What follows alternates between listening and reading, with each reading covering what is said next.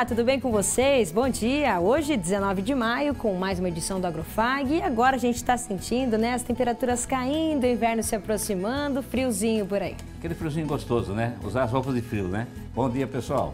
Vamos ver o que a gente trouxe para a edição de hoje. Agricultores do Rio Grande do Sul mostram o tamanho do prejuízo nas lavouras após o maior desastre climático da história do país. Como vocês veem aí atrás, toda essa água era uma lavoura de arroz, 15 dias atrás, estava sem água. Depois com essa catástrofe que deu no Rio Grande do Sul aí, né, perdemos 70% da nossa área, perca total, já está mais de 15 dias embaixo d'água. Aqui atrás tem uma lavoura de milho semi-inundada, né?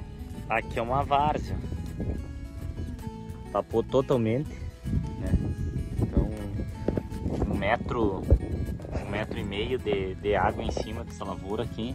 Então, prejuízo provavelmente, olha, talvez chegue a 100% se confirmar essas chuvas agora que tem. Município de Arroio do Meio, localidade de Palmas. Aqui mostra então um pouquinho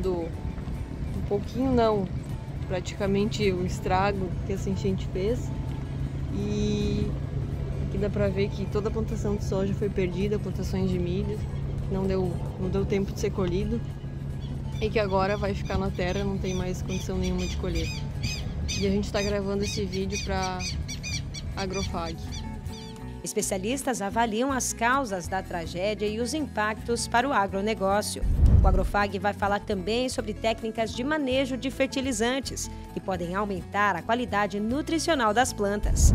Em Santa Teresa do Oeste, IDR Paraná promove Dia de Campos sobre a cultura do feijão. Bora plantar manjericão? Esse é um dos temperos mais populares da culinária mundial.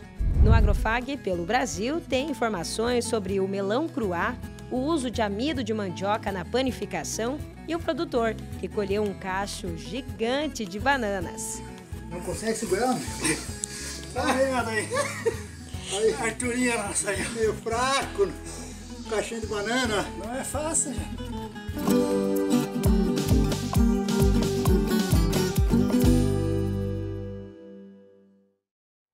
Professor Celso, todo agricultor sabe da importância de um bom manejo de fertilizantes para as lavouras, né? Correto. Essas técnicas cada vez mais estão se aprimorando, né? E é muito importante conhecer essa relação entre a fisiologia da planta e a adubação. É isso aí. E nós acompanhamos durante o Copacol Agro a demonstração de um produto que libera nutrientes de forma gradativa, ou seja, aos poucos. A técnica aplicada em uma lavoura de milho safrinha tem como objetivo oferecer uma nutrição mais prolongada para as plantas. E agora a gente vai conversar com o Diego Vichneski, que vai explicar um pouco mais sobre a tecnologia que a empresa dele está apresentando aqui para o aproveitamento dos fertilizantes na cultura do milho. Diego, seja bem-vindo. Muito obrigado. Bom dia, boa tarde, pessoal. Hoje nós vamos apresentar para vocês uma tecnologia que é para a nutrição de plantas de milho, né? Nossa tecnologia é o Sulfamol, onde faz aporte de nutrientes, principalmente o nitrogênio, de forma gradual para a cultura. Qual que é o objetivo? É melhorar o aproveitamento para plantas chega na fase do enchimento de grãos, ela ainda ter o aporte de nitrogênio na sua base, né? Ter alimentação com nitrogênio. E para demonstrar essa tecnologia, a gente utiliza aqui a ureia, que é um produto muito utilizado, é um produto de uma tecnologia simples para fazer aporte de nitrogênio no milho. Só que ela tem um detalhe, a liberação dela é instantânea. Molhou, né, deu uma chuva, a liberação já ocorre praticamente instantânea. E a tecnologia que a gente vem apresentar hoje para os produtores é o Sulfamol. É um nitrogênio, também para fazer cobertura do milho safrinha, só que com um diferencial de liberação controlada. Conforme vai chovendo, ele vai liberando gradativamente e plantas que estão chegando no pré-pendão, mais ou menos, ainda tem a presença do nitrogênio nas principais fases. Que eu vou fazer o demonstrativo, vou colocar cerca de 20 gramas da ureia. Estamos aqui com praticamente 20 gramas de ureia. Vou colocar aqui no nosso simulador de chuva. E eu vou colocar o Sulfamol também, cerca de 20 gramas aqui na área, como se estivesse aplicando 4, 5 sacas de ureia por alqueire.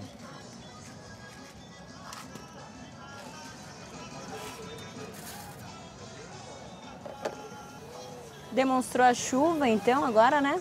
Isso. Aqui tá ligados os bicos, aplicando apenas água, como se fosse uma chuva calma, né? Não é uma chuva pesada. E vocês vão perceber que em cerca de 1 minuto a ureia ela já liberou. E o sulfamol ele vai derretendo aos pouquinhos. Qual que é a importância disso? Se pegar uma planta que precisa de nitrogênio durante todo o ciclo, qual que é a tecnologia que realmente vai fornecer o nitrogênio? Vai ser o sulfamol. Durante vários dias, a gente costuma trabalhar com uma média de 50 a 60 dias de fornecimento de nitrogênio de forma gradual. Quanto à ureia, né?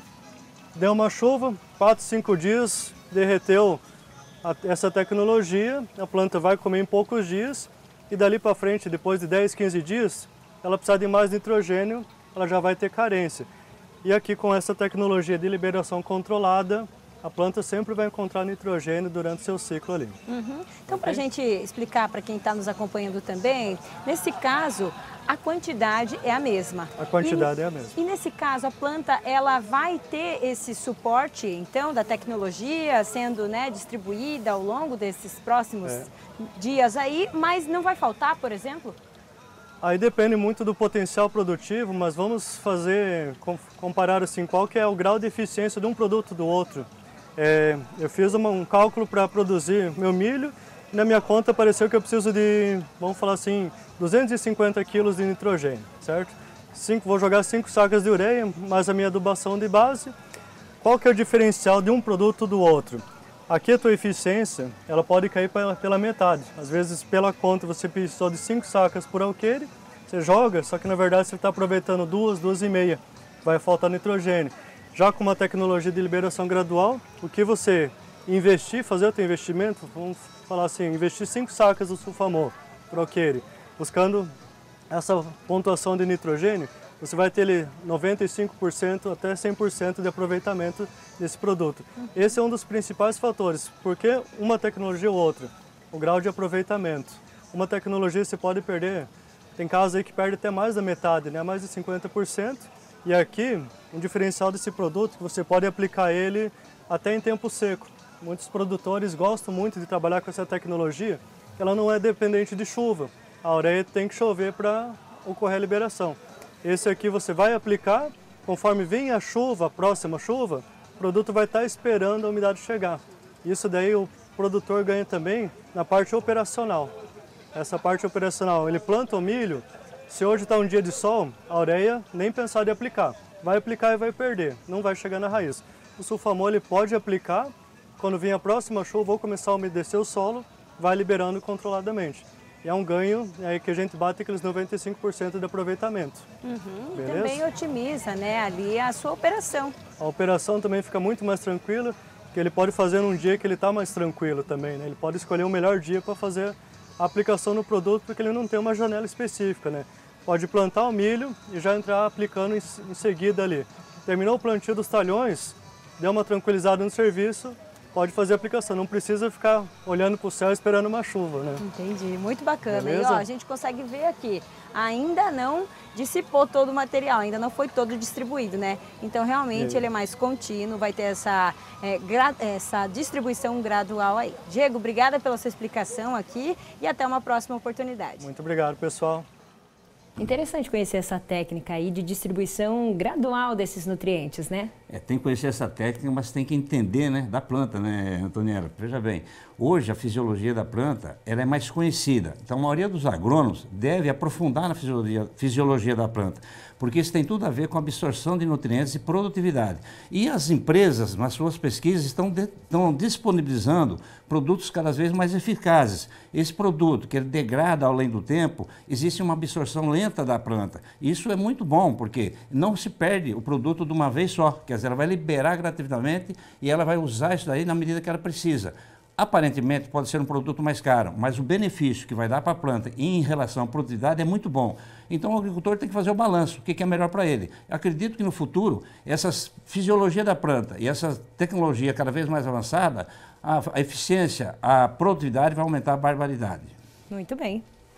E nessa semana será realizada a maior feira de tecnologias para o agronegócio da região norte do Brasil. É a Rondônia Rural Show na cidade de Ji-Paraná. Essa edição contará com 650 empresas expositoras em uma área de 52 hectares. Para saber mais sobre esse evento e a organização, da Rondônia Rural Show, que está começando agora dia 20, a gente vai falar com o secretário de Agricultura, Luiz Paulo da Silva Batista. Seja bem-vindo, secretário. Muito obrigado. Pode encurtar o nome, tá? Pode colocar só Luiz Paulo, que é assim como as pessoas me conhecem aqui no estado de Rondônia.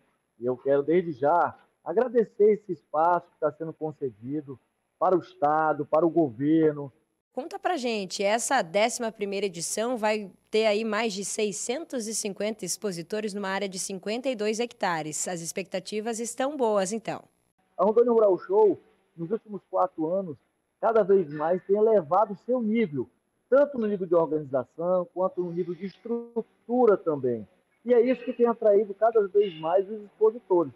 Você falou de um número, 650 expositores, que hoje estarão aí, a partir da semana que vem, nesse momento estão concluindo, estão em fase final de montar os seus respectivos stands, mas a partir de segunda-feira tudo estará, graças a Deus, pronto para receber o público que vem do estado de Rondônia, de outros entes da federação e também representantes de outros países, para conhecer o que Rondônia tem de melhor na sua agropecuária do modo geral. Então, para nós, enquanto estado, enquanto governo, é motivo de muita alegria, muita satisfação para estarmos realizando essa feira cada vez mais.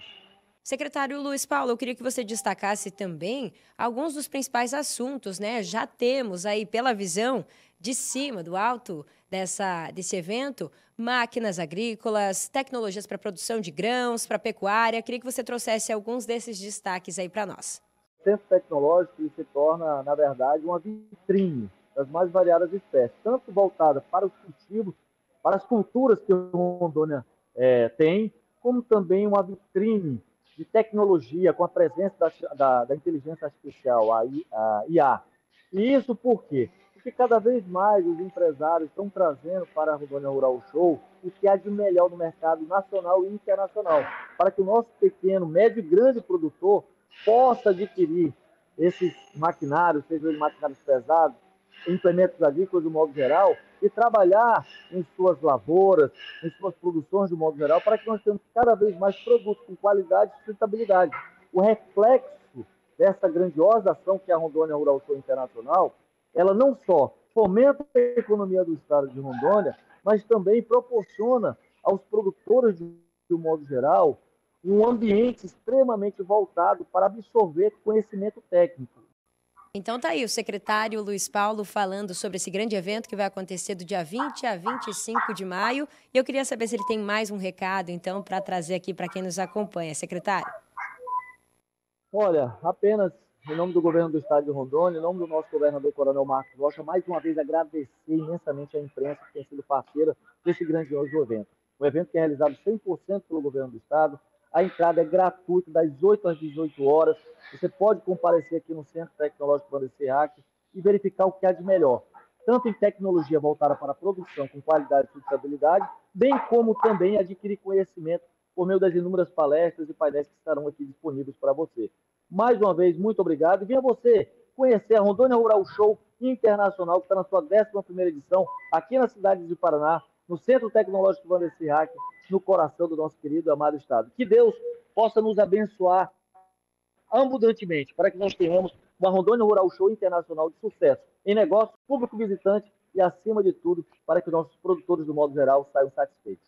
Certo, obrigada, secretário Luiz Paulo, e desejamos a todos uma ótima Rondônia Rural Show. E agora, professor Celso, aproveitando que a gente estava lá em Ji-Paraná, em Rondônia, vamos dar um giro pelo Brasil? Agrofag pelo Brasil. Vamos lá.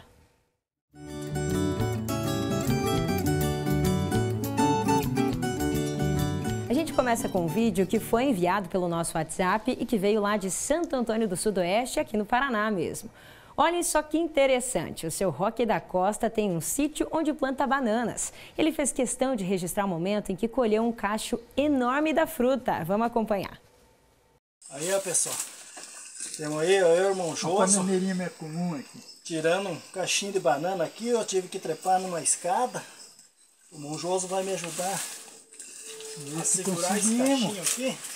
Ver se conseguimos. Porque o bicho é graudinho.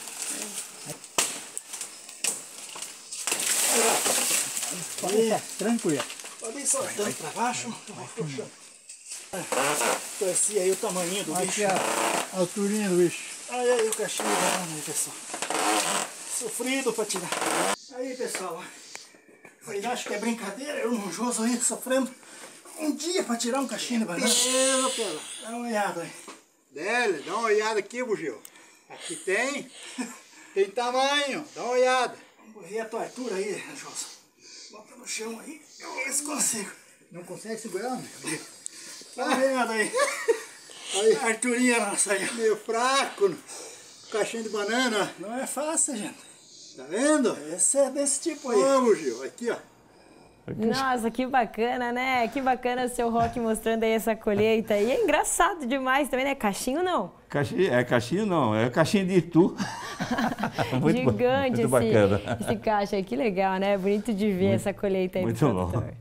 E se você também tem fotos e vídeos da sua produção, conhece alguém que queira compartilhar informações e novidades da sua região ou sugerir assuntos que podemos tratar aqui no programa, entre em contato com a gente pelo nosso WhatsApp que está aqui na tela. É o 45-3321-3970. Estamos em todas as redes sociais, Instagram, TikTok, YouTube e também no Facebook. Participe com a gente.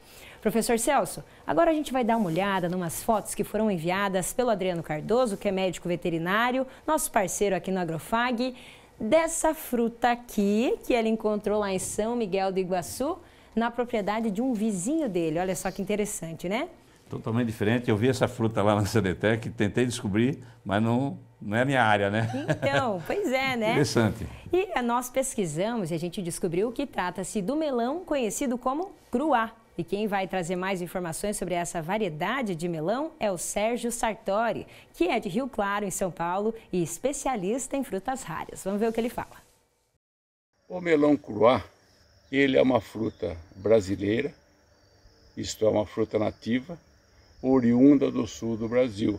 O nome científico dela é Sicana odorífera e ela pertence à família das curcumbitáceas, que seria a abóbora, ou melancia, o melão, o pepino. E ela é uma fruta que antigamente era mais popular. Por quê? Porque era uma fruta vistosa, em forma de um cilindro de mais ou menos uns 30 centímetros, com uns 10 a 12 centímetros de diâmetro. E era usada para ser comida naturalmente, quer dizer, a fruta fresca. E hoje ela está, apesar dessa vistosidade que eu acabei de falar, ela está caindo em desuso. Muito bem, a gente agradece ao Sérgio por essas informações interessantes aí que ele trouxe. E agora a gente vai falar sobre a produção de mandioca. Recentemente nós mostramos uma reportagem que foi do campo até a indústria, onde se produz o amido da mandioca. E uma pergunta sobre esse tema chegou pelo nosso canal no YouTube. Olha aqui então.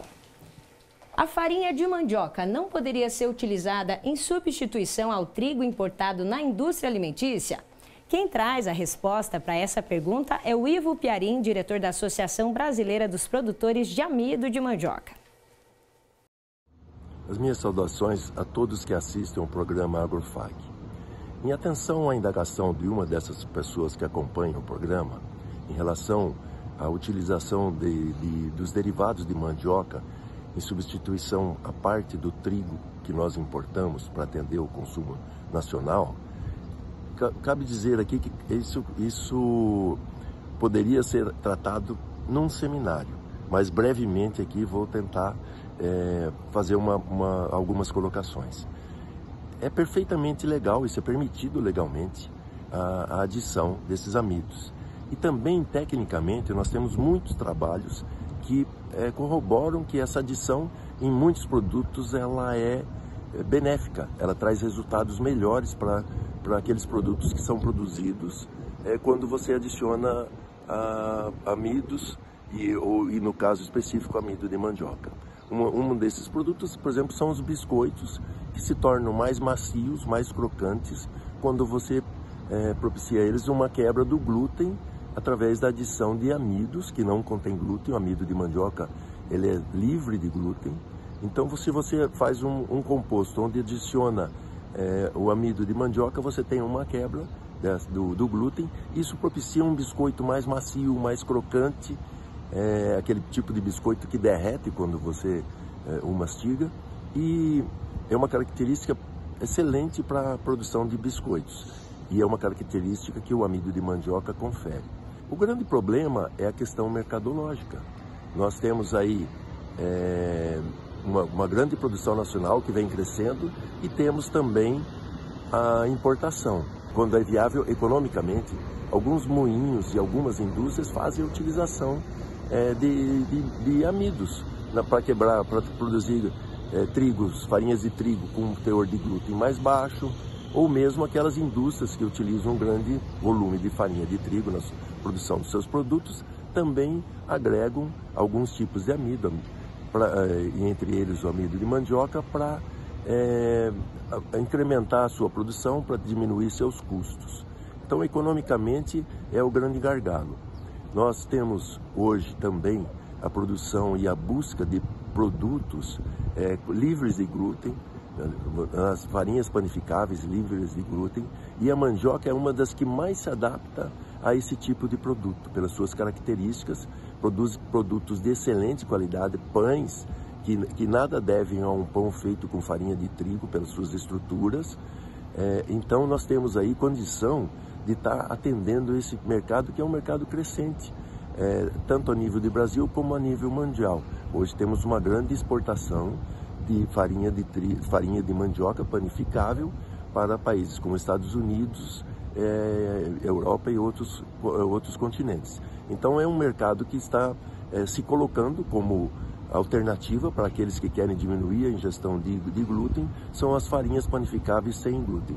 Elas podem ser feitas tanto com a farinha de mandioca quanto com um mix de amidos, incluindo aí os amidos de mandioca, a fécula de mandioca. O grande gargalo é o aspecto econômico, porque quando você muda um processo industrial, você tem custo, você tem todo um processo que precisa ser mudado. Então, o atrativo econômico ele é muito importante, tem que ter um ganho para que isso seja viável e para que as indústrias se interessem. Em determinados momentos, nós temos essa busca como alternativa. Em momentos de alta de trigo, como está ocorrendo agora, esse ano, em função da diminuição da produção a nível mundial. Então, são momentos de mercado em que viabiliza esse tipo de alternativa para as indústrias que utilizam grandes volumes de farinha de trigo. Certo, a gente agradece ao seu Ivo por essa explicação muito esclarecedora. E agora a gente vai falar de um tempero popular na culinária em todo o mundo, o manjericão. Olha só.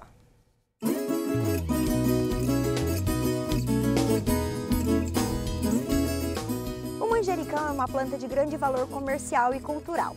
No comércio, se destaca na indústria alimentícia, mercados de ervas aromáticas e setor de bebidas e condimentos. A planta de manjericão germina, cresce, floresce e morre no período de apenas um ano. Ela pode chegar a até 60 centímetros de altura e, por esse motivo, é possível cultivá-la em vasos dentro de casa. Para esse cultivo, é possível comprar manjericões prontos, já nos vasos, ou produzi-los com sementes, aquelas que encontramos no mercado.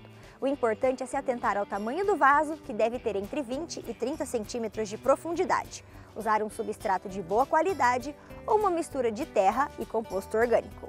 Ele precisa de no mínimo 6 horas de luz solar direta por dia para um bom desenvolvimento.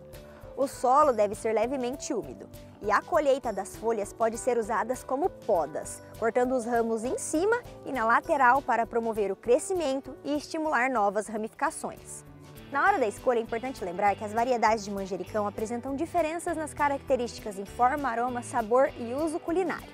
As variedades mais comuns são o manjericão genovês, que possui folhas de cor verde brilhante e enrugadas, tem aroma doce e picante, com notas de anis e cravo. Geralmente é usado em pratos como molhos de tomate, pesto, saladas e pizzas. Manjericão Thai, com folhas mais estreitas e pontiagudas, apresenta um sabor mais picante e anisado com notas de limão e menta. É bastante usado na culinária tailandesa e oriental. Manjericão roxo é uma variedade mais consumida no dia a dia. Ela se destaca pela sua cor. Tem um sabor parecido com o manjericão genovês. É frequentemente usado em pratos que requerem uma apresentação visual, como saladas, molhos e sobremesas. Manjericão-limão, como o nome sugere, tem um aroma distinto de limão. Suas folhas são verdes e ovais. É frequentemente usado em pratos de peixes, aves, saladas e sobremesas. E também o manjericão canela. Essa variedade tem aroma e sabor único, que lembra canela. Suas folhas são verdes, mas tem uma tonalidade avermelhada nas hastes e nervuras. É usado em pratos doces e salgados. E se você quer plantar manjericão, basta seguir as dicas que trouxemos aqui para ter sucesso na produção em sua casa e aproveitá-lo junto com a família. Não deixem de nos acompanhar no @agrofag e conferir os destaques diários por lá. Nos vemos na próxima semana e até mais. Obrigada, Isa. Até semana que vem. Confira agora como fecharam os preços dos produtos agrícolas no agromercado.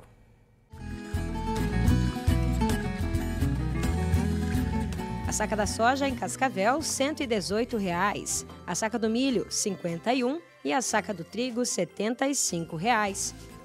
Depois do intervalo, vamos falar sobre a tragédia no Rio Grande do Sul. Produtores rurais mostram como as lavouras foram atingidas e especialistas avaliam as causas e as consequências do maior desastre climático da história do Brasil.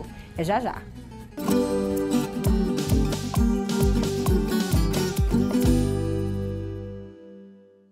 Colégio FAG Bilíngue. Somos uma escola sedimentada em valores familiares, focada na excelência da qualidade no ensino. Surpreenda-se com nossa estrutura padrão internacional. 120 laboratórios de ensino de última geração, hortas, fazenda, trilha ecológica, 8 parques externos e 2 internos, centro multiesportivo, auditórios e muito mais. Agende sua visita. Estamos prontos para receber você e sua família. Colégio FAG Bilíngue. A universidade começa aqui. Conectados ao mundo. Somos todos. Somos um só. Somos muito mais. Global Connection. Descubra um novo programa de pós-graduação Centro Universitário FAG. Acesse o site e conheça os cursos disponíveis. Conexões internacionais e experiências transformadoras. fag.edu.br/pós. Inscrições pelo fone 4533213964. Pós-graduação Centro FAG.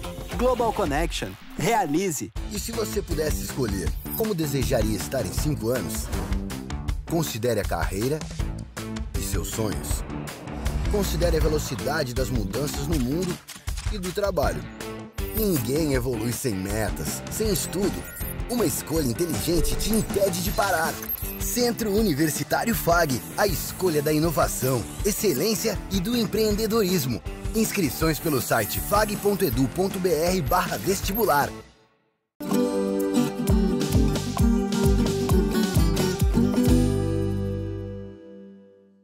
A gente começa esse segundo bloco do Agrofag recebendo 2 especialistas para falar sobre a situação no Rio Grande do Sul. Então, com a gente aqui, Miriam Schneider, que é economista e professora na área de desenvolvimento regional e agronegócio. Bom dia, seja bem-vinda, Miriam. Bom dia, obrigada pelo convite, prazer estar aqui para contribuir. Que bom. E também Reginaldo Ferreira, que é engenheiro agrônomo e especialista em agrometeorologia. Seja bem-vindo, Reginaldo. Muito obrigado, bom dia. Agradeço também o convite. Muito bem. Antes da gente começar a nossa conversa aqui, a gente vai assistir alguns relatos de produtores rurais lá do Rio Grande do Sul que mostraram um pouco da situação nas propriedades rurais. Vamos dar uma olhada. Bom dia, galera. Tudo bem? Na medida do possível. Sou Ciro Alberto, sou produtor de arroz no estado do Rio Grande do Sul, administrador da página Galera do Arroz e Soja. Queria mostrar para vocês aí, os seguidores do Agrofag, como é que está a situação aqui no meu município. Como vocês veem aí atrás, toda essa água era uma lavoura de arroz, 15 dias atrás, estava sem água.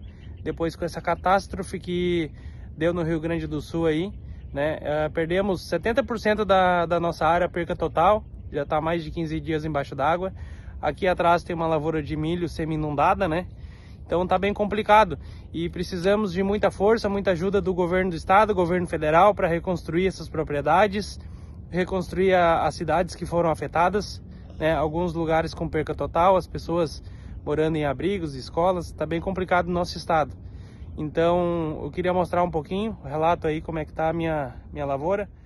Antonella, aqui é uma várzea, tapou totalmente, Então 1,5 metro de água em cima dessa lavoura aqui. Então prejuízo provavelmente, olha, talvez chegue a 100% se confirmar essas chuvas agora que tem. É uma área que tem uma soja que tinha uma carga razoável, plantada à tarde, quando deu para entrar nessas várzeas aqui. E só que ela nem tinha perdido a folha, né? Vê que a folha tá aqui ainda, né? Caiu por causa de ficar mesmo vários dias aqui sem oxigênio, sem nada, essas plantas. Então adiantou, né?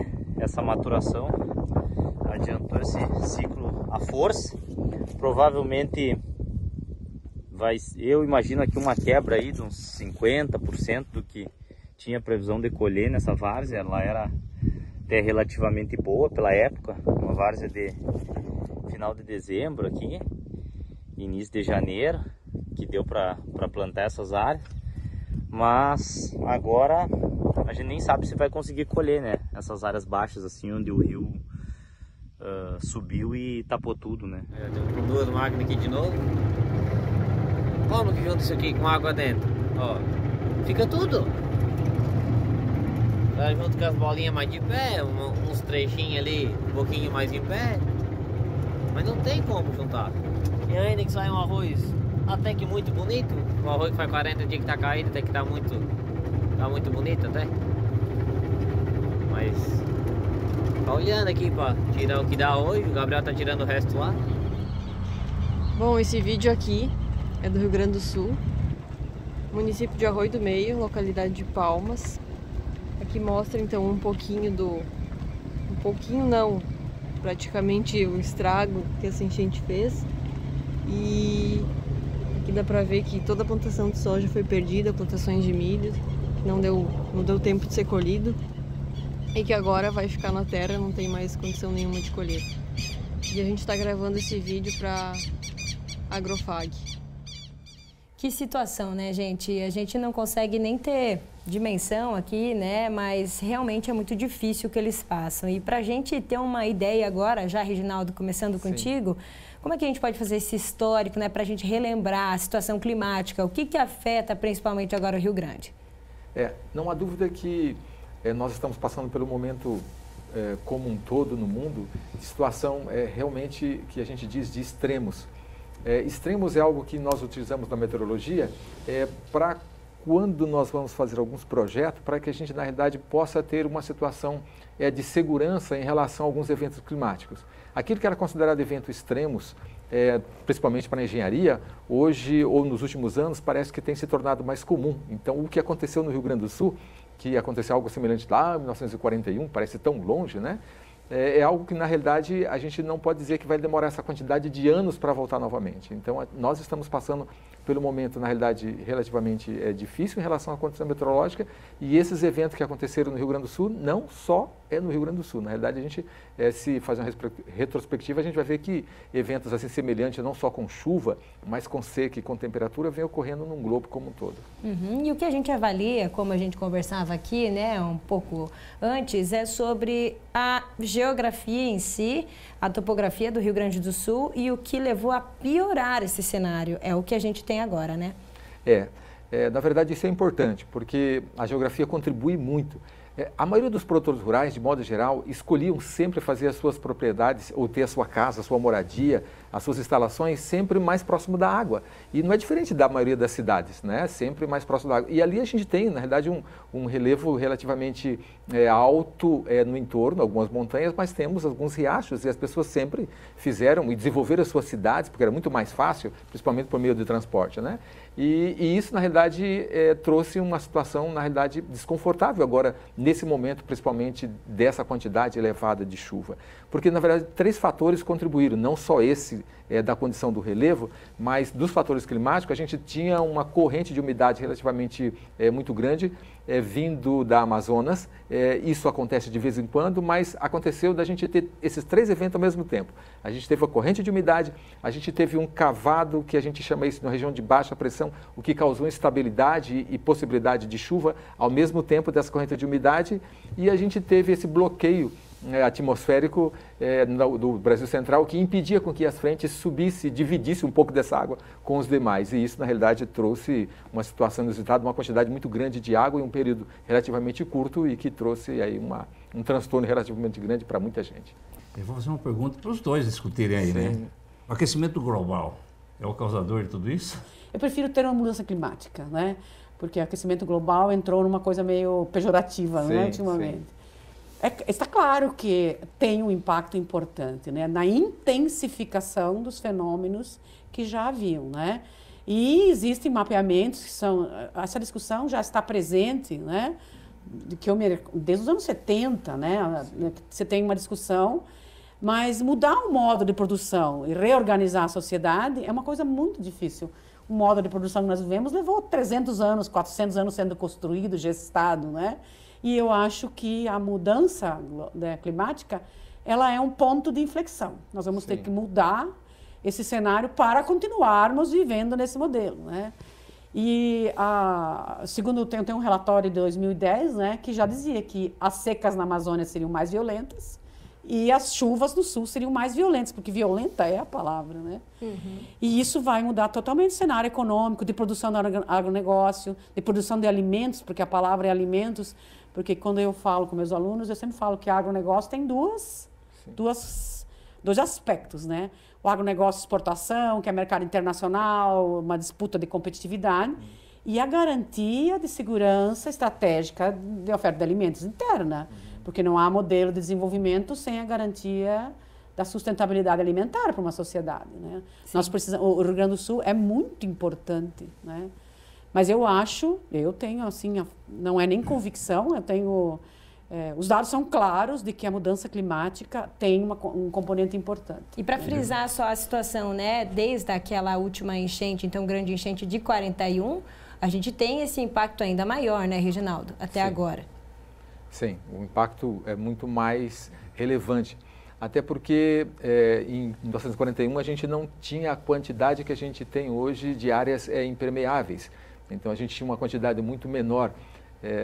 O solo foi trabalhado, as cidades foram construídas, então isso na realidade a população aumentou, então o impacto sem dúvida nenhuma é muito maior. A área verde que retinha a água e drenava, ela diminuiu, né? As áreas ao redor dos rios e córregos, ele ganhou mais velocidade, assoreou, né? Isso na realidade é importante porque, veja bem, não é muito difícil explicar. Mas também não é muito fácil também de se entender com tanta facilidade. Mas as pessoas dizem normalmente que a gente passa por ciclos de aquecimento e de resfriamento durante eras. E isso é verdade, a gente é indiscutível que a gente passa por eras de aquecimento e resfriamento de longos anos. Mas se você parar um carro na cidade às 3 horas da tarde e fechar o carro e for no verão, quando você for entrar no carro novamente, se for um dia de céu aberto, o carro vai estar muito quente. Então, não é preciso, na realidade, fazer muito esforço para que se perceba de que nós estamos passando por um período de aquecimento maior. Uma pessoa diz para outra, nossa, parece que a gente não tem mais inverno, parece que trocou o inverno do verão, e realmente a gente tem essas mudanças acontecendo e com muita intensidade nos últimos anos. Como é que fica o fator econômico, o impacto econômico de tudo isso lá para o Rio Grande do Sul, para o Brasil? Então, os dados, as estimativas já estão por aí, todo mundo já viu, não precisamos reiterar. Eu penso que a gente tem que encarar são vários estágios, né? No curtíssimo prazo aqui você vai ter que reconstruir, né? Realocar essas pessoas, isso tem um custo, tem uma dinâmica, você tem um impacto, por exemplo, na oferta de alimentos que pode provocar inflação, né? Porque você vai ter que demandar de outras regiões, isso vai aumentar o custo, enfim, né? O equilíbrio de mercado, aquele equilíbrio tênue que sempre existe, vai ser afetado, né? Esse é o primeiro contexto. Apesar de que algumas pessoas já estão dizendo, mas o processo de reconstrução gera emprego e renda. E isso é verdade, né? A União Europeia, a Europa se fez pós-reconstrução da Segunda Guerra. Por isso o governador do Rio Grande do Sul chamou de Plano Marshall, não é? Mas um plano Marshall precisa ser pensado nesse sentido, né? Porque esses agricultores, como eu dizia, esses agricultores que estão inseridos dentro do sistema de crédito nacional, que têm seguro agrícola, eles têm uma condição. Mas aqueles solos que foram destruídos é uma questão que eu não tenho claro o que vai acontecer. Agora é especulação, por enquanto, né? Você vai ter que levantar, né? Você vai ter que ter cidades que vão mudar de lugar, né? O que isso vai impactar em termos econômicos diretos, em primeiro momento seria preço, mas parece que o governo federal e o governo estadual estão articulando a oferta de arroz para equilibrar, né? Parece que feijão também já estão pensando em importar alguma coisa. Então, os mecanismos de Estado estão funcionando para equilibrar isso, né? Eu vou voltar a chamar a atenção para um dos tópicos em relação à produção de grãos, né? Por exemplo, a gente já viu aí a colheita da soja quase no seu máximo, a colheita do arroz também, o que a gente tem é 84%, de acordo com o Alexandre Velho, presidente da Federarroz, que a gente também entrou em contato para saber mais informações. O arroz está tendo rotas agora de escoamento para trazer a produção, né? Para retirar a produção. Esse é um ponto que está trazendo muitas dúvidas em relação à produção de arroz. Vai faltar arroz, vai subir o preço, isso também é um tópico. Chama atenção para o arroz porque o Estado é o maior produtor. Sim. Então, como é que a gente também pode ver esse cenário? Miriam, a gente já conversava sobre essa questão logística, né? Essa é uma das preocupações a curto prazo. Sobre o arroz, eu andei lendo alguma coisa. O arroz viveu um fenômeno interessante nos últimos anos no Rio Grande do Sul, né? No auge da pandemia, os preços subiram muito, vocês devem lembrar, nós exportamos muito arroz, né? Porque você tinha uma oferta. Depois, esses preços equacionaram e a soja subiu muito de preço. Então, a plantação de arroz perdeu espaço para a soja. Houve uma diminuição. Esse também é um dos problemas, porque eles têm um quantum já colhido, que é suficiente, né? Mas ele está muito limítrofe, né, nesse processo aí. Então, por isso o governo federal entrou rapidamente para garantir essa oferta, porque a não garantia de oferta por parte do Estado se implicaria em altas de preços, de certa forma, até especulativas, né, porque o mercado funciona assim mesmo, né? Então, a questão do arroz é que ele havia reduzido a sua área de plantio em função... Lembre-se que a soja foi a R$200. Nenhum cereal pagava tão bem quanto a soja. Então, houve um desvio para a soja, né? Com relação aos produtores, a soja, quem pega financiamento tem seguro, tem Proagro, então...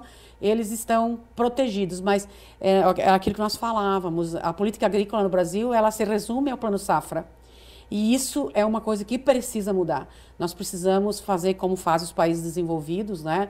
Os grandes países produtores agrícolas, que fazem zoneamento da produção, calculam, projetam aquilo que é uma margem estratégica de garantia de segurança alimentar, porque segurança alimentar não é só... o alimento, ele tem essa característica. Ele é um bem econômico, que vai para o mercado, você negocia, mas ele é um bem estratégico, né? Você precisa garantir a oferta de alimentos para manter qualquer regime social funcionando, qualquer sociedade funcionando. Então, acho que eu acho que o cenário do Rio Grande do Sul é um cenário para você voltar a discutir uma coisa que a gente já tinha mais forte, que foi abandonada nos anos 90, que é esse planejamento de produção, as centrais de armazenamento, estoque regulador. Existe, né? Mas nós temos muito mais um olhar para o mercado externo, né? Funciona, o que você falou, o canal de escoamento é quase mais importante que o estoque, a garantia de oferta para o mercado interno. Você viu como você está preocupado com o escoamento da estrada, com o porto, né? Eu tenho alunos que vêm do Mato Grosso para o mestrado e doutorado que eles dizem as únicas estradas que estão boas são as que exportação. Aonde nós vivemos, não. Porque há toda uma lógica, né? E isso precisa transcender, né? Que é o que eu acho que o planejar a economia hoje é cada vez mais importante, né? Para o sucesso de todo o empreendimento econômico e para a estabilidade da sociedade, né? Muito bem. Então, a gente vai seguir daqui acompanhando, né, todas essas informações que são realmente muito tristes, muito impactantes lá do Rio Grande do Sul, mas é nosso papel trazer essas informações aqui também. Reginaldo, Miriam, obrigada por estarem aqui com a gente e até uma próxima oportunidade. Muito obrigado. Agora vamos dar uma olhada como fica a previsão do tempo para os próximos dias aqui na nossa região.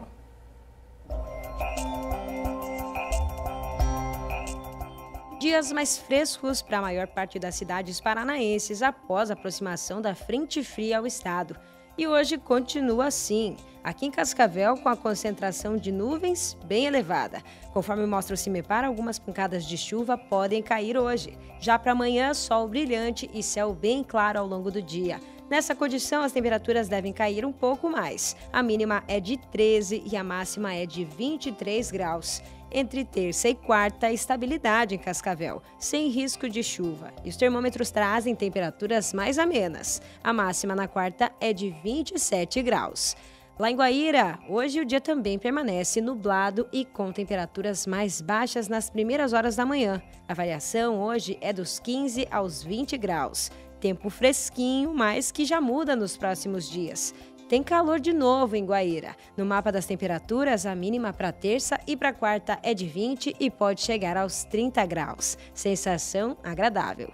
Vamos ver agora como fica Foz nessa semana. Hoje, tempo frio. Nas primeiras horas do dia, 13 graus de mínima. Mas nas próximas horas desse domingo, a temperatura deve elevar um pouco. Ainda assim, a máxima não ultrapassa os 20 graus. O tempo contará com sol entre nuvens e continua dessa forma até segunda. De terça em diante, a cidade terá a presença da estabilidade, com aquele céu bem clarinho. A variação fica na casa dos 20 aos 28 graus. No próximo bloco, tem dia de campo sobre feijão. É daqui a pouco.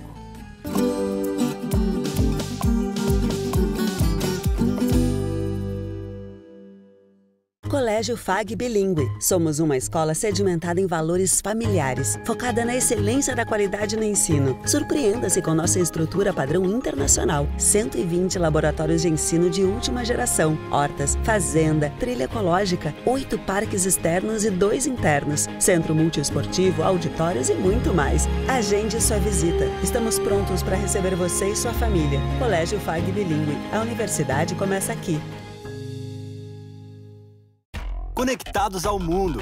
Somos todos. Somos um só. Somos muito mais. Global Connection. Descubra um novo programa de pós-graduação Centro Universitário FAG. Acesse o site e conheça os cursos disponíveis. Conexões internacionais e experiências transformadoras. fag.edu.br/pós. Inscrições pelo fone 4533213964. Pós-graduação Centro FAG. Global Connection. Realize. E se você pudesse escolher como desejaria estar em 5 anos? Considere a carreira e seus sonhos. Considere a velocidade das mudanças no mundo e do trabalho. Ninguém evolui sem metas, sem estudo. Uma escolha inteligente te impede de parar.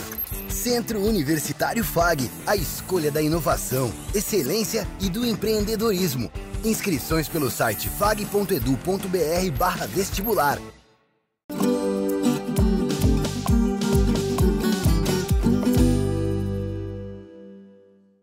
O IDR Paraná, Polo de Santa Teresa do Oeste, realizou na última semana um dia de campo voltado para a cultura do feijão. Nas estações, foram apresentadas as principais cultivares desenvolvidas pelo Instituto, além de orientações sobre nutrição, manejo de doenças e rotação de culturas. Entre uma estação e outra, produtores, alunos de colégios agrícolas e universidades ficaram atentos em cada assunto e manejo apresentados pelos especialistas do IDR Paraná.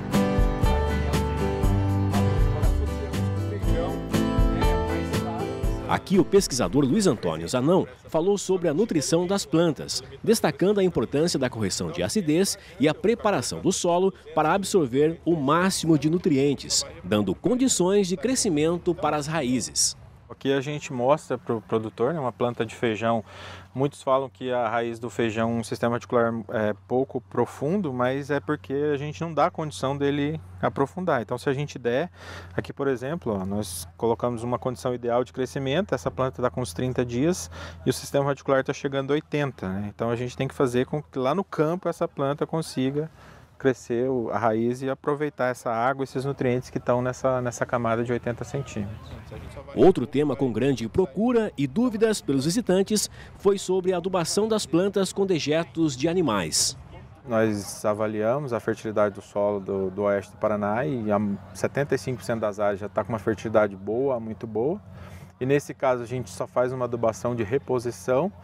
E aí a gente pode fazer essa reposição com os dejetos de animais que a gente tem aí abundantes também na região, né? Os maiores produtores de de frango e suíno estão aqui na região, então há uma oferta muito grande desses resíduos e a gente mostra aqui para o produtor que é viável essa substituição total aí dos fertilizantes minerais pelos dejetos e traz as ferramentas aí de como ele fazer essa substituição. Os visitantes aproveitaram para tirar dúvidas sobre a cultura do feijão. Aqui, por exemplo, o assunto foi a importância da rotação de culturas. Qual que é o segundo pilar? Rotação de culturas. Ah, tá vendo aí? Rotação de culturas. Rotação de culturas para ter... Por isso que eu falo, para você atender aos 3 pilares do sistema plantio direto, precisamos da cobertura nos 3. Então, um é mínimo revolvimento, tem que ter cobertura. Outro pilar é a rotação de culturas. Seu Ademir é produtor de feijão em São Pedro do Iguaçu. Trabalha há 8 anos na atividade agrícola e está sempre em busca de novos manejos para alcançar uma boa produtividade no campo. A gente está cada dia aprendendo mais e quando a gente vem num dia de campo igual a esse, a gente acaba tirando algo de proveito. Por exemplo, aqui no stand ali da adubação orgânica, muito bom, o bioma muito bom, que eu já usei também e continuo usando, os inoculantes. E a possibilidade de mistura desses inoculantes propicia que a gente trabalhe menos lá, porque poder colocar tudo junto na mesma aplicação facilita a vida da gente. E são coisas que a gente vai descobrindo participando desses dias de campo. Emanuel é aluno do 3º ano do Colégio Agrícola de Foz do Iguaçu e aproveitou para conhecer variedades de feijão. Me chamou a atenção mais as variedades do feijão. Cada uma que tem... Eu não sabia, para mim era só feijão branco e feijão preto, né? Eu nunca... E o feijão tropeiro, que nós fala, só que tá no termeirado. Só que eu descobri que tem vários tipos de feijão. Tem o feijão águia, tem feijão... Tem muitos tipos de feijão no caso. O professor do Colégio Agrícola também ressaltou a importância dessa visita técnica no dia de campo e o contato dos alunos com os manejos da cultura. Acho que é muito importante a presença dos alunos, né? O Colégio Agrícola de Foz do Iguaçu estar aqui presente, por causa que é desenvolvimento. Eu fico muito contente, principalmente do grupo que eu estava, a participação e o direcionamento que o Colégio Agrícola tem junto aos palestrantes, né? Eles interagindo com os palestrantes, grande parte só assertivamente, falando de variedade, doenças, manejos da cultura do feijão. Quer dizer que estamos no caminho certo, né? O pesquisador José Neto é especialista em melhoramento genético do IDR Paraná. Aqui no dia de campo ele falou sobre as características e o desenvolvimento de cada cultivar. Com 64 dias ele já está chegando já na fase final. Esse feijão vai ser colhido antes de 80 dias após a emergência. Tá? E hoje é o feijão preto mais plantado no Brasil e consequentemente no Paraná, que é o maior produtor de feijão do Brasil. Uma coisa que nós temos enfatizado bastante nos eventos é essa importância da rotação de cultivos. Nós temos tido muitos problemas nos últimos anos, principalmente nessa última safra que foi muito desafiadora, com essa sucessão, né, o feijão, concentrada a produção de feijão pós-soja. Então, muito problema de doença de solo e a gente precisa tentar, né, contornar isso, realmente fazer a rotação de cultivos, tentar trazer um pouco da produção de feijão para a primeira safra. Então tudo isso foi debatido aqui com os alunos, com os agricultores e o que a gente espera é depois, né, mais produtividade, qualidade e no final o agricultor ter maior rentabilidade. Para o Endrigo, coordenador do polo do IDR de Santa Teresa do Oeste, esse dia de campo teve como intuito levar conhecimento sobre os manejos da cultura do feijão e também a troca de experiências para que o produtor possa produzir mais gastando menos. Foi um evento que nós trouxemos agricultores, trouxemos técnicos, trouxemos também estudantes, tanto do nível técnico quanto do nível superior, e para participar desse evento, nessa data do dia 9 de maio, e aí somando ao total, passando das 150 pessoas de participação nessa tarde para o dia 9 de maio. Então, um evento bastante interessante, bastante técnico, né? Onde os produtores puderam aproveitar todos os conhecimentos dos profissionais envolvidos e trocar experiências.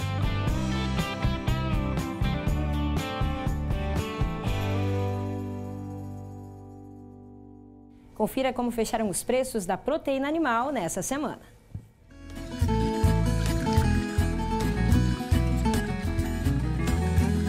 Em Cascavel, arroba do boi gordo, R$ 220. O quilo do suíno, R$ 5,97 e o quilo do frango R$ 4,02. Está na hora da gente dar uma olhada nos destaques das redes sociais com indicações de cursos e eventos. Vamos dar uma olhada então.